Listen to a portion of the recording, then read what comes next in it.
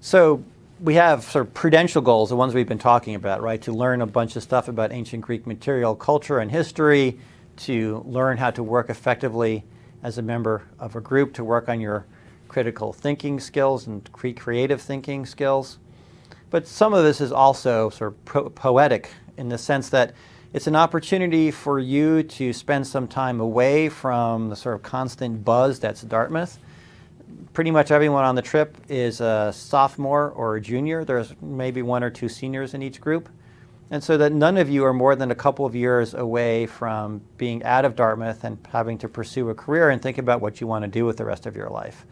And that sort of deep thinking about who you are and what's important to you can be really difficult to do at Dartmouth because you're so scheduled all the time and there's so many things going on.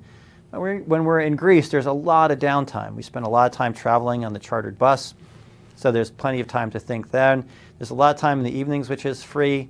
And since you're not going to your sports team practice, you're not going to your a cappella group practice, you're not going to investment club meetings, there's a lot of time for you to sit down and reflect.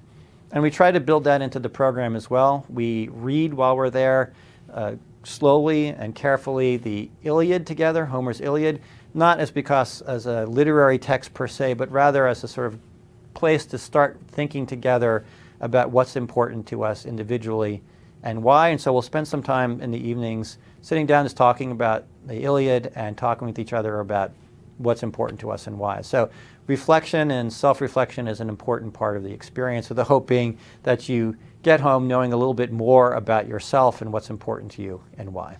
So one of the other goals for the trip happens on a daily basis without a lot of planning on our part, which is to learn about another culture. Because when we're in Greece looking at the remains and history, topography, the geography of ancient Greece, we're living in and among and in modern Greece. And modern Greece is very different in a whole variety of different ways than ancient Greece.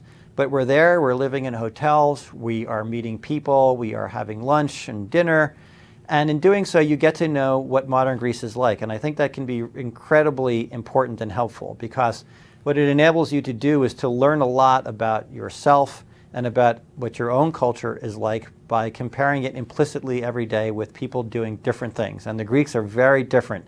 If you grew up mostly in the United States, you'll find that modern Greeks are very different.